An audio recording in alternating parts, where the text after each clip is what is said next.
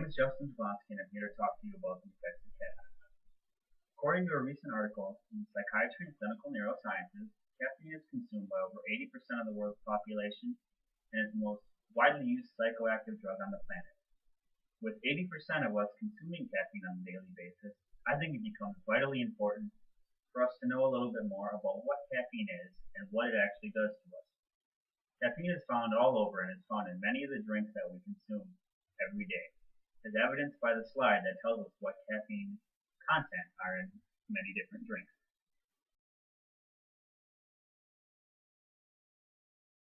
But most of us don't give a second thought about drinking a cup of coffee or a can of Mountain Dew, and most of us don't think about how this is affecting our bodies. So I'm going to start off by telling you what caffeine is and where it comes from. Then I'm going to tell you what caffeine does and how it affects our body. And lastly, I'm going to talk a little bit about the dependency on caffeine and how to tell if you are dependent on caffeine. So let's get to know a little bit more about what caffeine is and where it comes from.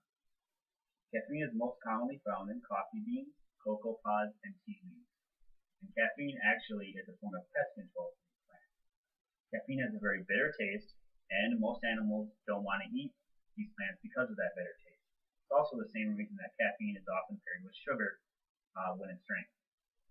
Caffeine is a natural stimulant that actually causes a heightened sense of awareness. It can cause irritation, it can cause mood swings, it can cause panic, but caffeine doesn't actually provide you with any energy. According to the book Buzz by Stephen Braun, caffeine was first drank in tea form in the 4th century China, and coffee was first cultivated in 6th century Yemen. So now that we know a little bit more about what caffeine is, let's talk about what caffeine does to our bodies. Caffeine is most commonly ingested through our mouth, it's absorbed into our stomach lining, and then it's excreted by our liver. This digestive process can actually take us up to 12 hours. So what most people don't realize is a cup of coffee that you have in the morning can actually stay with you throughout the day. It can be there at night, that caffeine, when you try to go to bed, and this can cause sleep problems.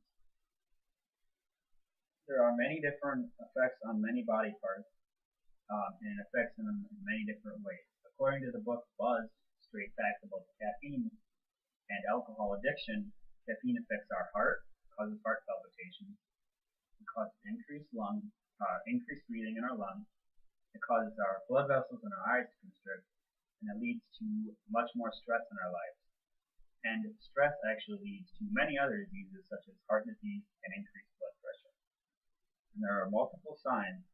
There are 4 signs about the effects of caffeine on our bodies. And this slide will show us that the 4 signs are withdrawal, dependence, inability to quit, intolerance.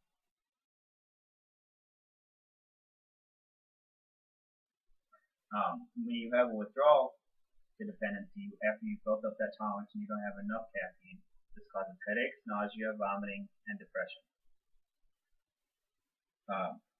According to the book Caffeine Blues, dependency on caffeine is when you consume caffeine, even though you know that it causes psychological and physical problems, and you know that you're addicted. So why is caffeine so addictive? Why do so many people consume it? Well, one of the main reasons is caffeine is treated different than other drugs. There's no ad campaigns or programs to help people kick their addiction to caffeine. There's no warning labels on products that contain caffeine. Another reason is that people like the way caffeine makes them feel. They like that heightened sense of alertness. They like feeling focused and all that. So, since caffeine is found in many things we consume, you need to realize that caffeine dependency is a little more common than people think, and that you can actually become addicted to caffeine. The effects of caffeine are numerous and can be very substantial. Your dependency on caffeine can develop over time, and because of the lack of programs out there to help you get rid of your caffeine, it can actually be very hard to kick this dependency. If caffeine were introduced today, there's no way that the FDA would approve this drug. Because it causes heart palpitations, increased breathing, depression, and anxiety, it would be treated as a drug and it would be banned by the FDA. So I hope you give this a thought when you have a cup of coffee to start your day. I certainly know that I have.